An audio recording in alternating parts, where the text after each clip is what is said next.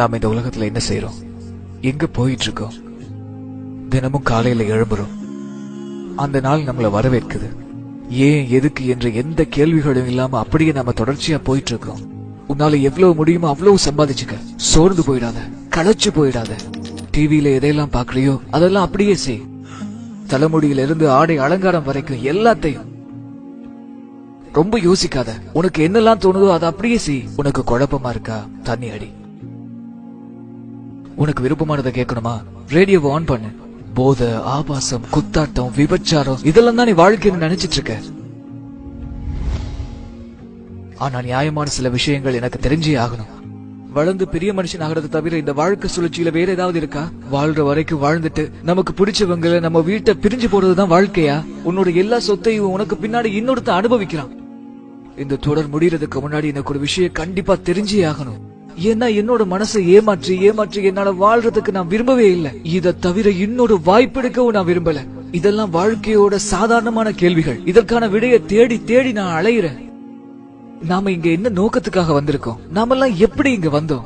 யார் நம்மளை இவ்வளவு நேர்த்தியா படைச்சது? இந்த உடல்ல எந்த விதமான குறைபாடையும் காண முடியாத அளவுக்கு நம்மளை இவ்வளவு அழகா படைச்சது யாரு? நாம இந்த உலகத்தை விட்டு போகும்போது நமக்கு என்ன நடக்கும்? இல்லனா இந்த உலகத்துக்கு மதிப்பு இருக்கா இல்லையா? இந்த கேள்விக்கெல்லாம் நம்ம கிட்ட பதிலே இல்ல. இந்த உலக வாழ்க்கைக்கு நோக்கமே கிடையாதா? எல்லாம் தானா உருவாகிச்சா? அப்படி நீங்க நினைச்சிட்டு இருந்தா நான் இன்னும் சில கேள்விகள் கேட்கிறேன்.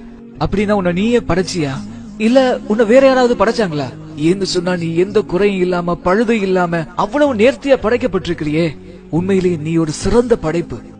விரல் நுனியில இருந்து உன்னுடைய எல்லா அங்கங்களும் நேர்த்தியா இருக்கு. மனித கண்களுக்கு நிகரான ஒரு கேமரா இந்த உலகத்துல இல்லவே இல்லை. மனித மூளைக்கு நிகரான ஒரு கம்ப்யூட்டர் இந்த உலகத்துல எங்கேயுமே கிடையாது. அகில உலகம் அண்ட சராசரத்துல இருக்கிற எல்லாரும் சேர்ந்தாலும் ஒரு ஈய கூட படைக்க முடியாது. இப்படி எத்தனையோ அத்தாட்சிகள் இருந்தும் எல்லாத்தையும் நம்ம புறக்கணிச்சு வாழ்றோம்.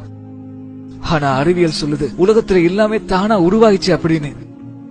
ஒரு சின்ன கணக்கு, 0+0+0 என்னைக்குமே 1 ஆகாது. ஆகவே சிந்திங்க, இந்த ஒழுங்கமைப்பு எப்படி வந்துச்சு?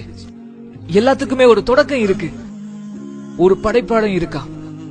ஏன் இந்த வீடியோ பாக்குறதுக்கு கூட இந்த வீடியோ யாராச்சும் அப்லோட் பண்ணிருக்கணும்.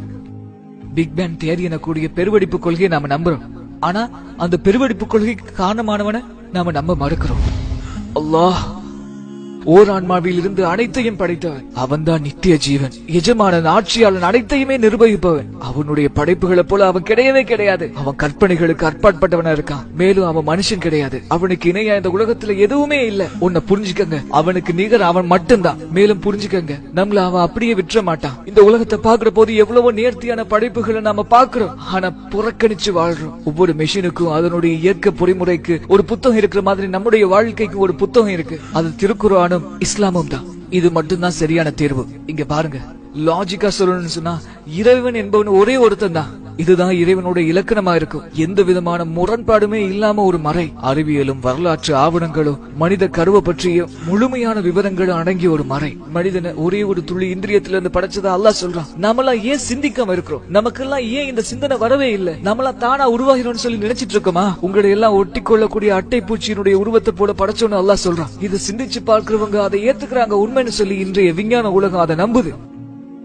மேலும் பூமியில மலைகள் முளைகளாக ஊன்றப்பட்டிருப்பது பற்றியும், 2 கடல்கள் சங்கமிக்கும் ஆனா ஒன்றிணையாதுங்கிறத பற்றியும், மேலும் கோள்கள் தங்களுடைய நீள்வட்ட பாதைகள் தொடர்ந்து வலம் வருகின்றன. இரவு பகல் மாறி மாறி வருகிறது. விரிவடையும் பிரபஞ்சம், அதுல தோன்றக்கூடிய எல்லா உயிரினங்களும் நீரிலிருந்து படைக்கப்பட்டது.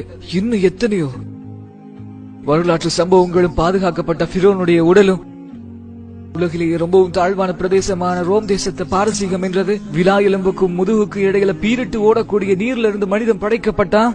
இப்படி எத்தனையோ விஷயங்கள் ஒரு வார்த்தை கூட மாறாம அப்படியே இன்னைக்கு நம்ம கண் முன்னாலே இருக்கக்கூடிய வேதம் குர்ஆன் மட்டும்தான். தயவு செஞ்சு எனக்கு விளக்க சொல்லுங்க.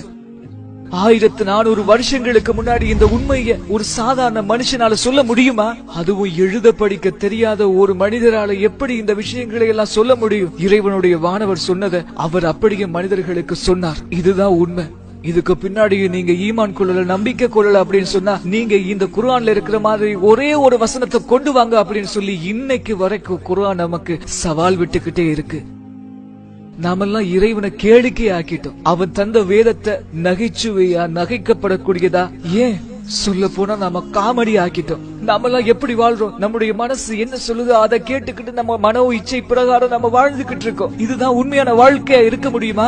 இந்த உலக வாழ்க்கை தான் நிரந்தரமானது அப்படின்னு சொல்லி நம்ம நம்பி வாழ்ந்துட்டு இருக்கோம். நாம எல்லாம் வாழ்றோம், இருக்கிறோம், பின்னால மண்ணோட மண்ணா மக்கி போறோம். ஒரே ஒரு சின்ன திருத்தம், புற்பூண்டுகள் கூட செத்து அழிஞ்சதுக்கு பின்னாடி மழை பெஞ்சா அது மறுபடியும் உயிர் தெழும். அல்லாஹ் சொல்றான், நீங்க இறந்ததுக்கு பின்னாடியும் உங்களுடைய விரல்களுடைய நுனிகளை கூட நாங்க திருப்பியும் மறுபடியும் நேர்த்தியா கொடுப்போம் அப்படின்னு. எதுவும் அவனுடைய பார்வையிலிருந்து மறைஞ்சிட முடியாத மகத்தான அந்த இறைவனுக்கு மிக அருகாமையில நாம எல்லாரும் இருக்கிறோம். அவன் மிக அருகில இருந்து நம்மளை கண்காணிச்சிட்டு இருக்கான். அதை மறந்துடாதீங்க. மேலும் இதையும் நீங்க மறந்துடாதீங்க, நம்முடைய சொத்து, செல்வம், ஆரோக்கியம், குழந்தைகள் எல்லாவற்றை கொண்டும் நாம சோதிக்கப்படுவோம். எல்லாம் நமக்கு வசப்படுத்தி தரப்பட்டிருக்கிறதையும் நீங்க நினைச்சு பாருங்க. நம்முடைய செயல்களுடைய ஏடுகள் நாளைக்கு நாம மறைஞ்சதுக்கு அப்புறம் நம்முடைய கைகள்ல கொடுக்கப்படும் அப்படிங்கறத மறந்துடாதீங்க.